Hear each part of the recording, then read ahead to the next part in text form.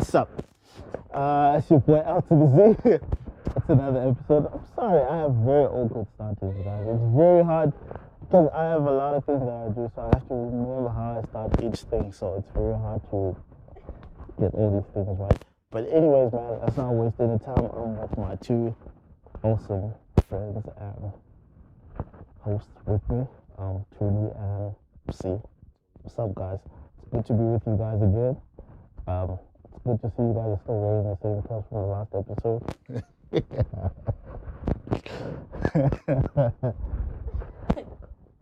This December life got you hard, eh? We're having a mental conversation right now. Anyways, did you guys go to the heat wave of Buelikaya? I don't even go to such things, so. No, I've never been. I've been to one heat wave. I actually did business in a heat wave. Yeah. We worked with Uli Tayaya doing, what's this company called? Turnip Cabs. Yeah. Yeah, we ran that for some time and we actually got a contract with them. It didn't go too bad. So that's the only involvement I had with. I've never. So y'all don't party? I'm trying to get away from the party scene. Not like I don't party, but I party in a sophisticated way. Oh. Yeah. Go to white parties, you know? No. With wands. No. Where y'all drink wine and... I free flowing clothes. I party at home by myself, with myself. Okay, that don't sound right. It's a party. TikTok doesn't count as a party, but it's fine though. It's cool. Not a party. It's not a party. I can't deal with crowds. First of all, I'm 4'8", so I would get easily lost. Guys, the reason why I'm asking this is because I'm like terrified of the rate that South Africans are moving at. No, with the whole alcohol thing. The way we like indulge alcohol, it's scary. Because now it's moved on even from alcohol, as much as people drink, but there's also drugs now. People have gone into it heavy. My neighbor, here next door, had a mental breakdown, like started attacking people and all that. And it's scary to encounter because this is a guy I've known for over 20 years, man. Like, and to see him like lose his mind like that, it's quite scary. And the cool thing is though, everybody is like trying to like shun him out because he does drugs and whatnot. And then there's the family who doesn't want to take responsibility for the whole thing. They just like, oh, it's because of that friend and that friend and that friend. But he said something to me which like kind of like caught me off by surprise. He said, all the years that I've known you, you've never, ever, ever been like nasty towards him. Even when I was doing drugs. And that like shocked me for a little bit. Yeah. I was like, I was shocked by the fact that he thought that. Because I had a friend who was crazy into drugs and I tried to get him out of it. We took him to rehab and everything, but came back a couple of months, went back to drugs and everything. Like, I'm willing to try and help you to get out of his situation, but if you don't get out of it, I'm the type of person like, I'm gonna catch you when eventually you stop, bro, because I can't keep like trying to hold your hand while I'm still trying to build the future here. And he said, one thing I really appreciate is that I've always like treated him the same way. Like, even when everyone was like angry at him and saying this and saying that, he said, I've always been kind to him and always treated him like a brother. It made me realize, hey, maybe we need to change our approach with these people. Maybe they are aware of, yeah, like mental health, man. Like mental health is a crazy thing, eh? Because I remember when I was suffering from depression. Because my uncle like died just like 2 houses away from here, like practically died in my arms. And the reason why it hit me hard was because I didn't have a chance to warn him, because as soon as it happened, everybody went emotional, and I had to like now step up and be the least emotional person in the house and deal with everything. And I was basically the support system for everyone. And I never got to deal with all of that. And I remember I was depressed for a while, man. I was depressed for a while. Yeah, I was suppressing all these emotions because I can't be emotional. I have to take care of the family, and then when there's people here, I have to take the kids, and like, so I can never be alone where I'm like dealing with that. Yeah, and the work, like, yeah, work had its own stresses. It's a good thing to give someone that's going through such a situation space to be alone. Okanye, do you bring them closer? That's what I want to find out from you. Because honestly, I don't know. Because I don't know how to deal with people on drugs because I've never done such things or even drank for that matter. So I don't even know how to deal with these people. I just deal with them how I deal with it based on our relationship. So I don't know. Say about it. They're always the voice There's a of lot reason. to chew So, on. Yeah. Wow. First of all, there's a huge connection between the mental health and drug abuse. Yeah, but the leading role of why people go into drugs is no because of mental They're like, illness. I'm just like tired of everything, and I don't want to feel anything anymore. So you want that thing that makes you numb. Go away. Yeah, as someone who has serious mental issues, I am that person, because I would like go hard at it. I would rather drink like I have no liver yeah. and go to sleep than face whatever problems are busy like plaguing my mind and stuff. So most of the time when someone is doing that, it's a cry for help. As much as they can't say about, okay, hi, can you please help me, it is a cry for help. And that's when they need to be surrounded by people most and not be left alone. Because when you're depressed, actually for me, depression, I don't like being depressed because I don't like being left to my own devices. My mind is filled with negative thoughts, and I see things in a negative way, and all I want to do is just like find something that's gonna take it all away. And it's not usually alcohol, it's like prescription medication kind of vibe, like painkillers. So it's like I would rather like literally be in dreamland and face everything going on. So it's, you have to, don't just be like, oh, we're to let them suffer in their own thing. We don't want to be like near like a person who's going through all of that. Try to sit them down and like try to understand the situation that they're in. Try to get into their mind if you can, but let them know that they're not alone. Because the moment you like leave them alone, they get. The thing is, people think people with depression or people with mental illness are just stupid. Yeah. They are the most observant people you will ever meet. Biggest like mistake. they see everything in like like a vampire. Everything is heightened, so all the senses are like, I can hear you talking about me, I can see the way you're acting around me, like you're not touching me more, you're not doing this and this and this. So you have to be with them, you have to be there for them. Yeah, prescription drugs. He mentioned something to me because when he went to rehab, he said the reason why he can't like change after rehab is because when he was there, first of all, this guy is suffering from whatever mental illness, and then they tell him that he's schizophrenic and that he's bipolar. I've known the guy all my life. The guy's not bipolar, but they're telling him all these things. So now they're pumping him with drugs like heavy. So now he gets addicted to those drugs. He gets out. He doesn't have them anymore. So yeah, He goes back to the ones that he can find. It's a crazy cycle. Now, how do we deal with this problem? Because it is a problem. big one. Well, I think, and like the South African society, how it's set up, we've spoken about this. I think speaking solves a lot of problems. Like even in your situation that we just spoke about now, you said that you needed to be alone.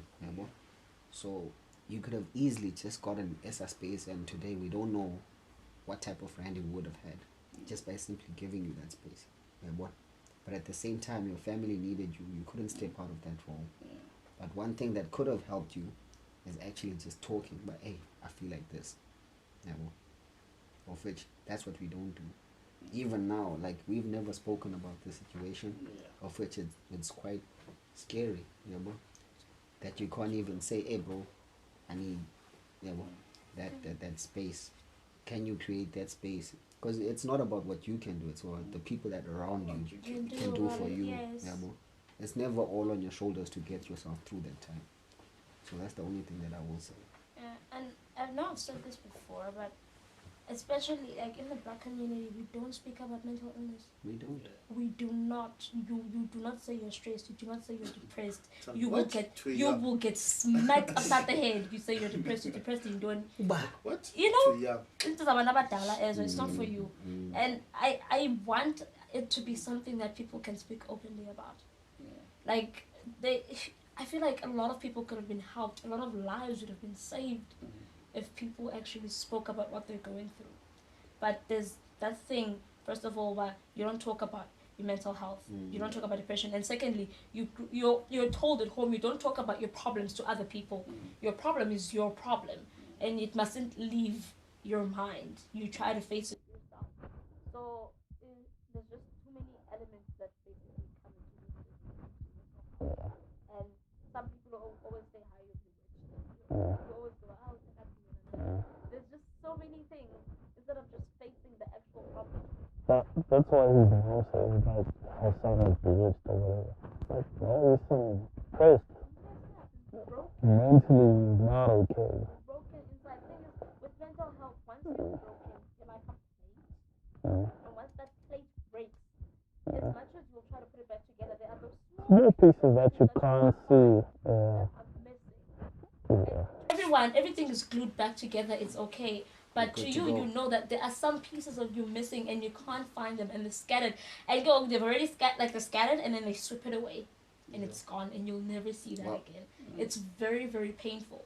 And as much as you try to put a brave face for everyone, you're cracking at the seams. You're like bursting. So it's just very sad. Well, if you were to face the same situation today, how would you actually deal with it? When I just want to situation I went through. Yeah, how would you deal with it now, having all the knowledge that you know? I'd find someone to talk to. I'd find someone. Honestly, that year and a half it was terrible, man. Because I honestly didn't have anyone to talk to. The thing is, the thing that depressed me the most was the fact that I had so many responsibilities that I didn't really have time to like feel what I needed to feel. So every time, like, okay, I'm alone now, I'm not doing anything. Either my phone's gonna ring or someone's gonna come knocking on my door. You need this, you need that. I'm like, okay, turn it off again. That on and off thing, it was crazy. By the time I finally got to like feel everything, it was overwhelming because I was carrying so much, man. But the cool thing is what did help me, what didn't drive me insane, like most people, like drive them into substances and stuff like that, was the fact that there was family around. Like, extensive family, people you don't normally see. So, like, because the family, they don't treat you like someone died. They're like, hey, long time no see, blah, blah, blah, blah. Make jokes and whatnot. They don't treat you like someone died. So that helps, believe it or not. Because the problem with death is everyone treats it like death. Like, oh my God. Oh no. I'm so sorry. Do you know how many times you have to hear that until the burial? That's all you hear. As soon as someone enters the door, like that's all you're hearing. Oh, I'm so sorry. Oh no. They're gonna try and reminisce about the person. Like, trust me, I have enough memories. Okay, Yeah. I don't need all that right now. But also with the situation that I was telling you guys with a friend of mine, the one thing that peeved him off like the whole time was actually being asked about, are you okay? Oh my word. How can you be okay when someone just died? Literally, I'm a guy. Imagine how inappropriate this. I had to squeeze his hand, bro. Like mid-conversation, the man, we had patience. Like you'd see that he wants to answer abruptly, but you have to calm him down. Because he mentioned like how many times was in a day. It's so in a week. The culture needs to change, man. I've It been in honestly that needs to situation change. where my sister died and my elder sister, because Yeah. there's three of us, so it's the middle child that died. So the eldest one was in Johannesburg, and I was at home with mom and my nieces. So I did not have time to cry. I did not have time to like wallow in my misery. My mom was crying, the children were crying, the neighbors were in the house crying. Yeah. So I had to like step up to the plate, take the cell phone, make phone calls. Then I would not be like, okay, the person has died and wait for you to cry. The moment I'm done, I'm hanging up because I know you're going to wail. I don't have time for that. I have to move on to the other person so people can know what's going on. And in that moment, everything was just like, clustered in my head. And I had to be that way until my elder sister arrived from Joburg. And even then, I couldn't break down. I let my whole family break down. But I was still that one person who was like, you know what? Not yet, not yet. Wait for them. Wait. Yeah. I had the funeral going on. I was literally everywhere. I was checking the day before the funeral. I was checking if the pastors were there for the whole like prayer that was going to happen. I was checking if we had enough biscuits, enough tea for everyone. Are people cooking? Is this happening? And even on the day of the funeral, I had to wake up early and check if everything was okay. It was Man, you these just are the things you're that not in really that tick me off. mindset. Yeah. The fact that you're the one that lost, but you feel like you're taking care of strangers, like other people that are coming in, you're taking care of them. Like, come on, Mind guys. you, I had an exam. That was my second year in college. I had a language exam to write, and I had to study while there's people at my house day in, day out saying that I'm sorry, he's asking, are you okay? And I'm like, I'm fine. But behind that, I'm fine, there's a lot going on. I'm like, yes, she died. Yes, this and this is going on. But guys, I have school. I have to go. I have to study and go write my exam. Like, the pressure that I was under. Life has to go on. After the exam, I literally went to like the bathroom, and that's when I started like cracking and just crying. I was like, okay. Why didn't you ask for an extension at school? And that person was like, no extensions. I don't want that. When I tell myself I'm going to do something, I have to do it at that point in time. I can't just let it slide. So, because if I asked for an extension, I would not have been able to study properly for that thing. I'd be like, oh, I'd be so lazy because everyone wrote it and I was not under pressure now. So I'm going to go sit in an exam room alone. So I was like, I have to do it right now. I think she used it as a coping mechanism, sort of sense. That keeping busy, because from the way that she speaks about it, it was like she was avoiding. Actually. Avoiding my feelings. Yeah. She was literally avoiding it. Because when they come, they're like, dude, we're right here. Yeah. We are right here. And they come and they hug you, and you want to give into that hug and just cry. Yeah, that's what caused the depression with you, I think. Because you sat with that thing too long. Every And single it festered. day. It Yeah. festered. But the thing that hurt me the most was having to tell my grandmother that her son's dead. Because no one, like the whole community was here when this whole thing happened, right? And everyone's like here. Like, mind you, this is like 3 o'clock in the morning. And eventually when he died, everyone just went emotional. Now, all the elders is around. Like, I'm like the youngest one. And nobody wants to tell her. Everyone's like, yeah, I can't tell her that her youngest child is dead. Yeah. Then I'm like, okay, fine, I'll do it. Because she keeps asking, like, what's the situation? What's the situation? I looked at her. I said, listen, he's gone. What hit hard was the way she cried. Like, you get used to someone crying, right? But then there's a certain cry when someone loses a child, man. When she cried like that, that broke something in me. Although I couldn't cry at that moment because now I have to comfort her.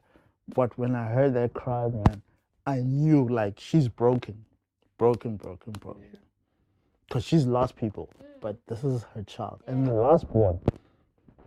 So I knew for a fact, like, she's not okay. My mom told me, a couple of months after the funeral, she's like, I will never be the same because as a parent, I'm not supposed to bury my child. My child is supposed to bury me. And there's a different kind of pain when you lose a child. Yeah. It doesn't matter if they were good or if they were bad. That person was inside of you for 9 months and you've had like a special bond. So when you lose that child, it's over. Your life and your will to live is just like dwindling. And I was like, ugh. Yeah, my pastor told me you don't get over it. You just learn to live with the Yeah. pain. You're like on autopilot. And you That's have little crazy, things man. that trigger Yeah. in the house. I remember because my sister passed away in April and her birthday was in June. Mm. And the day the birthday came, and my mom was like mellow. And then I heard her crying. So now I'm like walking around in eggshells. Mm. But I'm like, okay, I still have to take care of me. I'm still here. I'm also going through stuff as she is going through stuff. This whole thing messes me up. Mm. And as Uzi said, you find a coping mechanism. You're being busy and focusing on other things. It's because if I'm not busy and doing things, then I'm going to obviously go for like drugs. Because then school was like chillax because my modules were getting finished. Yeah. So I was like, oh, friends are going out. And that was me literally just giving up on everything. Just drinking. Day in, day out. I had a huge bottle of rum behind my bed. And I would like down it every night so I could actually sleep. And no one knew about this in my family. I smoked weed to a point where I was like, I'm done with my life. And no one knew. And I would hide it very well. And someone would ask me again, like, I am good, it's all done. But I am dying inside.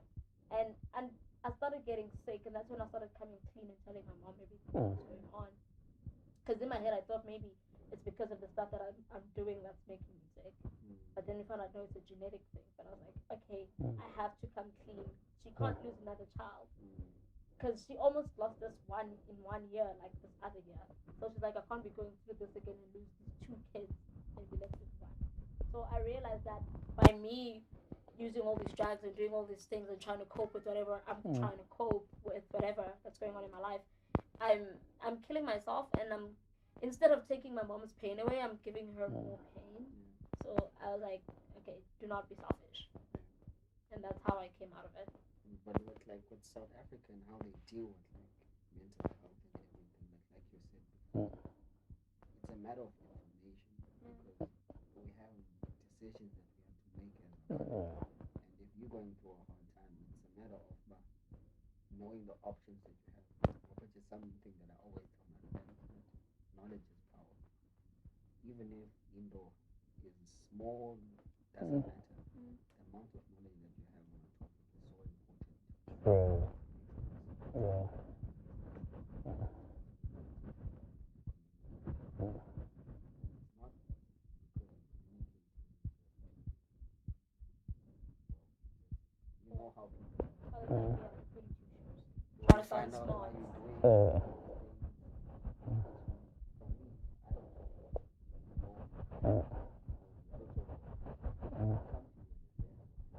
Yeah. That's serious, yeah. Start operating. Yeah.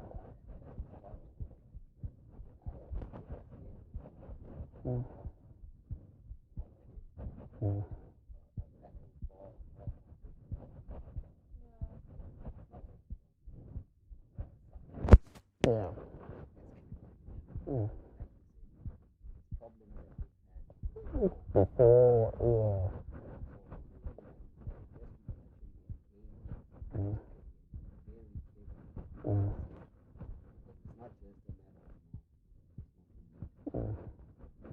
What drove them to,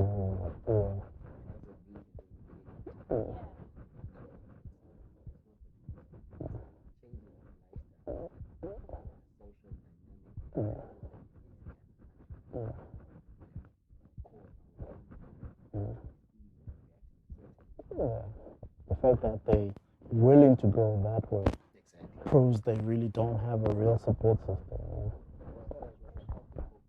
Yeah. Exactly. Yeah. Yeah.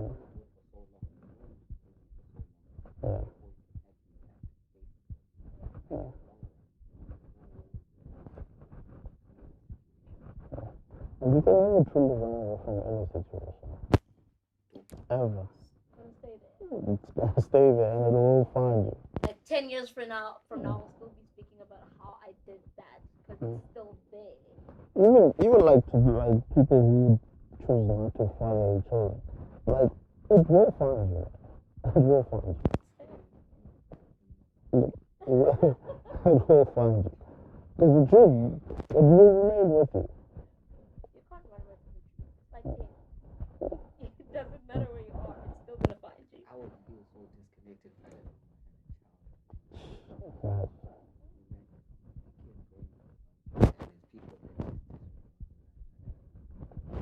And Brian, we do it so proudly.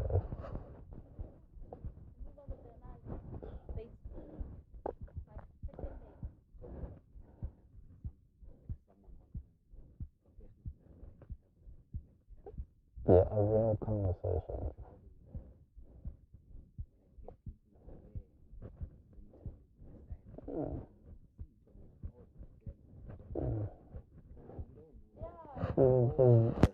There's a reason, yeah.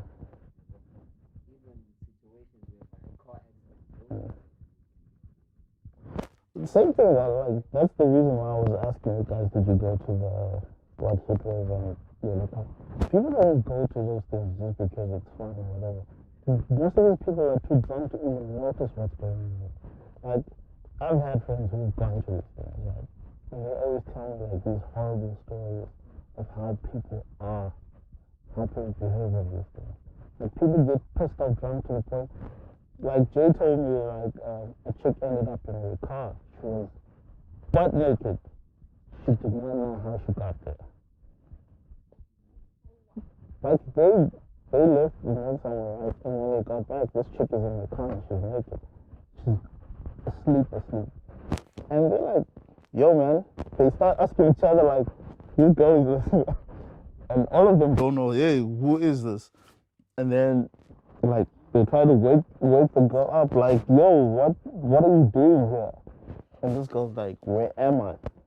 Now imagine, she's naked. Now imagine if they were like different males would be like, oh, we won here. And raped her. Hey. Mind you, which did happen. Hit rape, because crazy things happen. One of our main campaign things that the company that we said we started with my in-laws and stuff, turn up cabs. It was to fight in drunken driving. Of which at the time we had recently lost some brilliant minds. These were young people that were hosting events and very involved in the entertainment industry. But their life was cut short. It's not being young, more recklessness. Of which it was a very difficult lesson for East London. I know what people have learned since then. That campaign was solidly started. It wasn't just by let's start a cab company, and because we only did it from a certain time to a certain time. It was specifically to target drunken driving. Guys, you don't have to drive to this event. And we specifically dropped those prices to match by we understand these are students. Even if we have to break even, it wasn't for us, but it was a tribute to those lives that were lost to recklessness. So I believe if we can have more interest and engage with people, we can't just let things happen. We need to find a way. We need to find a way to actually do more than we actually say. I don't know. So emotional. I know. And 13 Reasons Why is something that inspired me a lot. So much. Though it was mainly based on bullying and rape, those were the two leading things behind the whole series. But they were campaigning for the two things because there are a lot of people who get bullied, and there are a lot of people who get raped, and some are too terrified to speak up about it. Now, we have the same problem in our country. Like, we all went to school, right? We all know it was a culture to bully. It was either you were a bully or you were being bullied. Only a few managed not to be evil. To be caught even though. Only a few managed, like to escape the that part of the lifestyle. Now, if we can like get into these schools and actually deal with these problems, um, for instance, you have uh,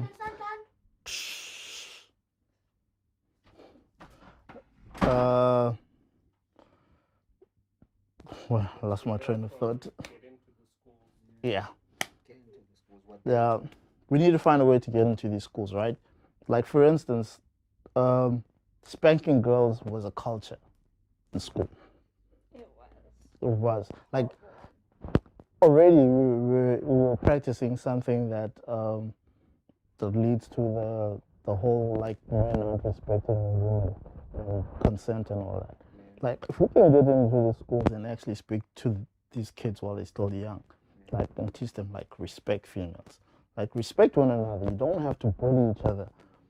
Like the kids that bully actually are kids who are either bullied at home or they feel too stupid at school, so they feel a way like I need to feel powerful again, so let me beat up the nerd who clearly has a lot going for him.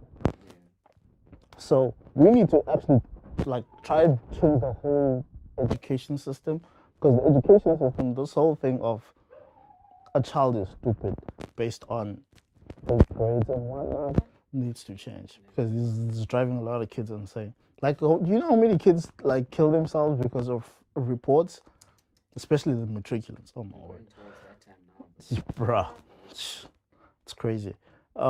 But we really need to change the justice system. I mean, the education system, and actually sort. Yeah, yeah, yeah. But it's all a process, people. It's all a process. It goes back to what I was saying. Yeah, we are gonna be the ones that are gonna execute this. So that's why I'm saying we need to get into these schools, speak to these kids, and we also need to speak to the teachers. Uh, I read a certain reason why when I was uh, and I related so much to it. And then watching it as a series, I bawled my eyes out because so many things happened there that I could relate to. Like, this is me. I went through all of this. I have been bullied since I was 10. And not like normal bullying, where like they drag your books and whatever. I got beat down. I would come home every day with a scratch or a bump or a black eye, whatever. And and that was all because I chose to focus on my studies. And it went right up until high school. And I thought in high school maybe things would be different, and I would do things differently. I would make new friends, people would accept me. But then, oh, high school bullying is a different level. It's like bullying on steroids. In high school, you're judged on whether what clothes you're wearing, who's your mom, what position you hold in the school, who you're dating, how good are your grades, whatever subjects you're doing. So I was the quiet one, but I was friendly to everyone, and I've had people, come at me because of that. And you don't choose to be a teacher's pet. Teachers just like you. And they're like, oh, you think you're better than us because you're like friendly with the kids and stuff like that. And mind you, I wasn't nobody. I come literally from nothing, and now all I have is my academics.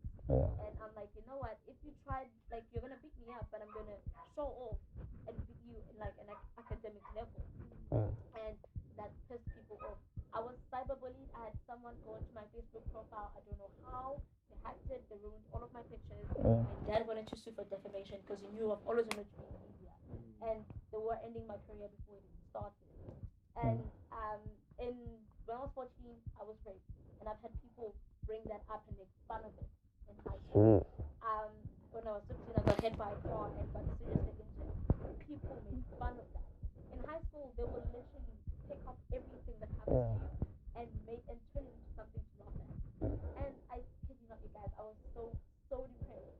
But in my head, I was like, whatever is going on, yes, you're depressed, but show off in a different way. Beat them where they can't beat you. Academics. Do whatever you can with your academics. And those people now, where are they? I have people who used to beat me up at school, Mm. who literally serve me food at a restaurant now. Mm. I have those people drive a taxi that I'm on. I Mm. have those people literally put my groceries in a bag at a store or shop at. Mm. And where am I now?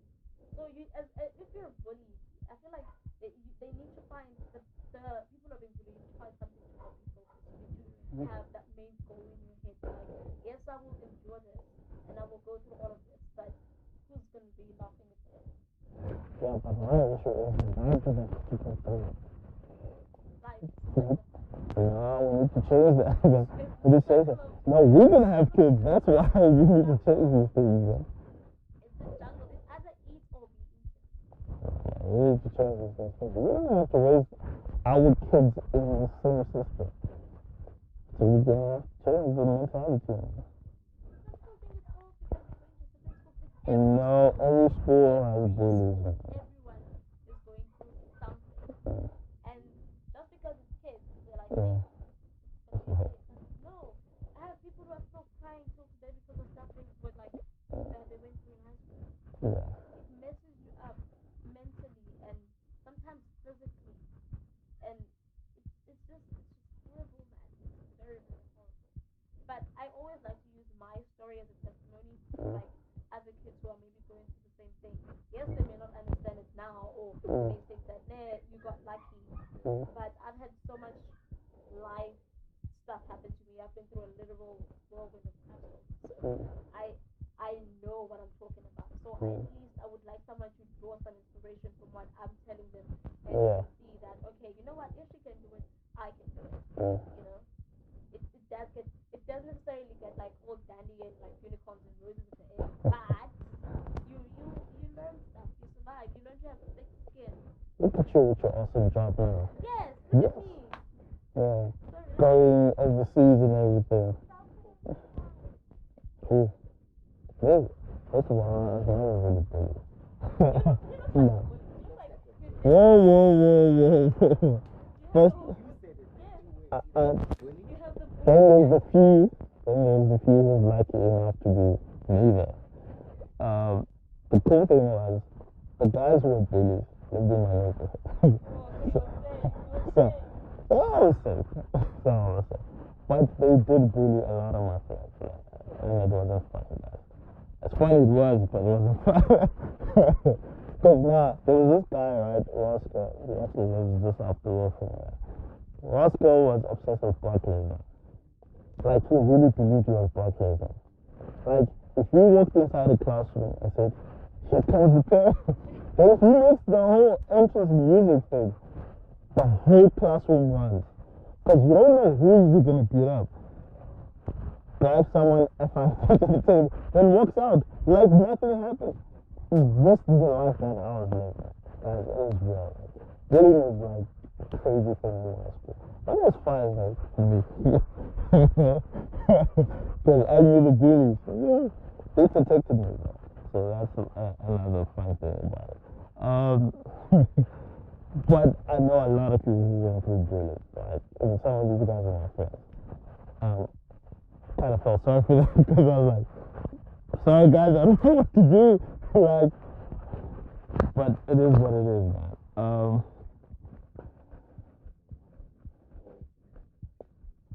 Yeah.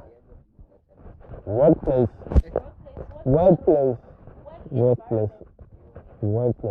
Like, not everybody deserves power. Please pray for the work environment. That thing is important. Very toxic. They're toxic. You walk into that place. You wake up every morning and you think, I have no will to live because I'm gonna go into that hellhole. Yeah. You're like, ugh. Yeah. And you count the hours. You wait for that time where you can be like 4:30. You look at it with you. You're like, oh, I have to go. Like, I won't mention any names. I won't mention any names.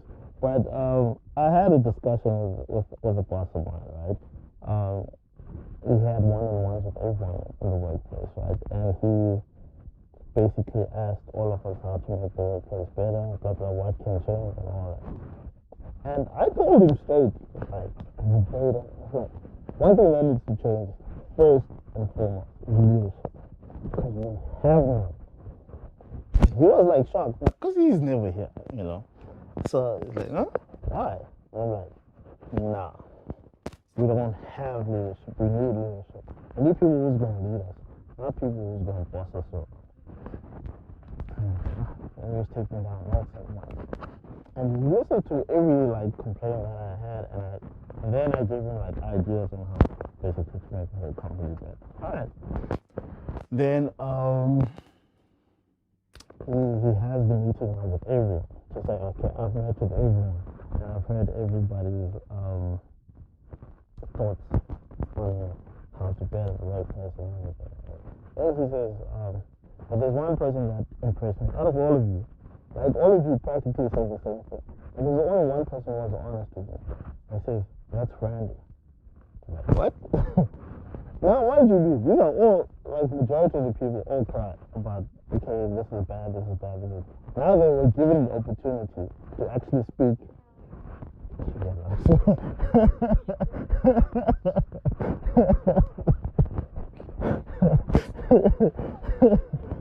Yeah, lunch was definitely, yeah. Lunch was definitely one of it. Like, people were really crying about that one. But you said that I was the only one who managed like to speak the truth to him and actually not have that, oh my god, I was talking to the boss like someone was gonna say the rest of it. The reason why you felt like it's because I spoke the truth, number one. Number two, I didn't speak for myself. I was speaking for everybody else. Now, the biggest issue we have in the workplace is we work with cowards. Man, because you're gonna have someone who's gonna stand there and be like, guys, I want this place to be a good place. What's the problem? Everybody's like, yeah. Then you're gonna be the brave one and you're gonna speak. But they're gonna take it seriously if it's coming from one or two people. It needs to be like, okay, a lot of people are unhappy about this. So the reason why, okay, I'm not saying most, some workplaces don't change is because of us. Come on, man, you work with some spineless cowards. You need to have better. If you have a problem, you need to speak your mind, because that's the only way you're going to create change.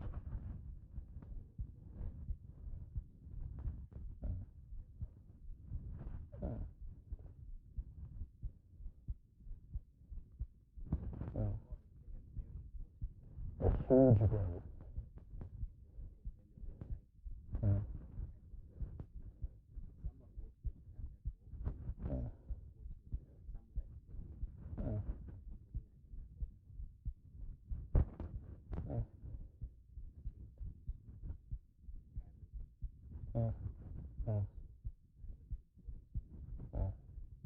Oh boy.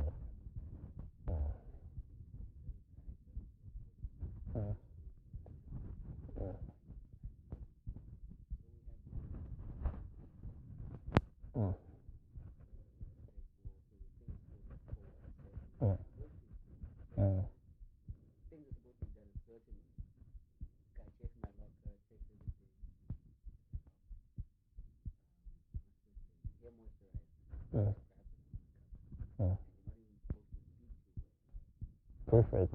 Yeah.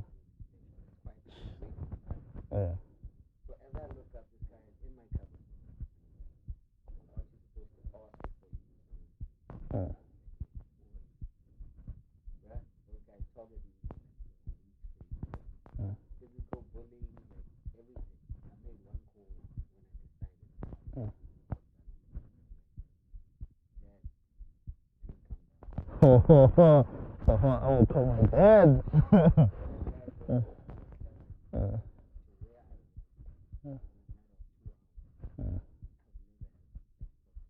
Very good. Yeah.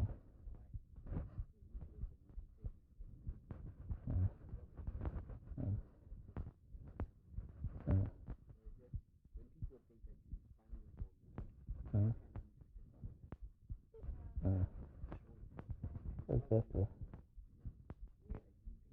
Yeah. Yeah.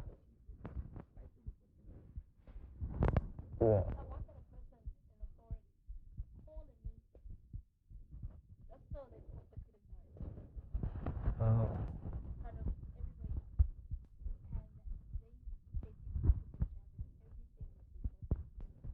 Mm. And the whole time I was just sitting there, and then she's like, crazy. And then they ask me straight up, what is your problem? I'm like, I'm looking directly at you. And if you think you're trying to make me a fool, you've made yourself a fool. And we've never spoken. Wow. Today really was interesting. Yeah.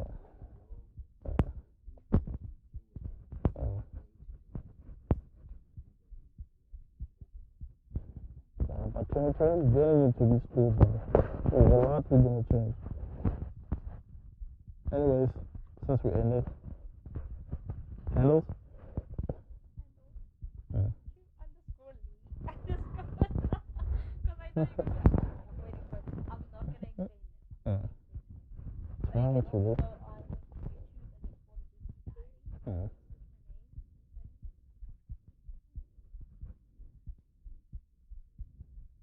Yeah. Yeah.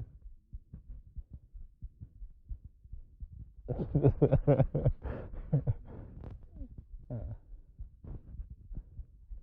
Okay. Oh, sweet.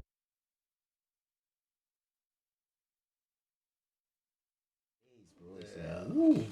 That lunch was definitely one that, like, Yeah. people really cried about that one. Oh, wow. But you said that I was the only one who managed, like, to speak the truth to him and actually not have that, oh my god, I'm talking to the boss, like, so I'm only gonna say the nice things.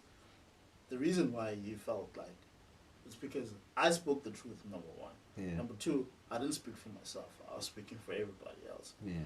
Now, the biggest issue we have in the workplace is we work with cowards. Yeah. A lot. Man, because you're gonna have someone who's gonna stand there and like, guys, I want this place to be a good place. What's the problem? Everybody's like, oh, No one needs to come out with it. yeah. Then you're gonna be the brave one and you're gonna speak, but they can't take it seriously if it's coming from one or two people. Yeah. It needs to be like, okay, a lot of people are unhappy about this. So the reason why, okay, let me not say most, some workplaces don't change is because of us. Because, man, we work with some spineless cowards, man. True. People with no backbone. True. Out. True. You need to have backbone. If you have a problem, you need to speak your mind. Because that's the only way you're going to create change. We're talking about backbone. The way that I dealt with such bullies, I remember, that's why I asked you in the beginning of this podcast.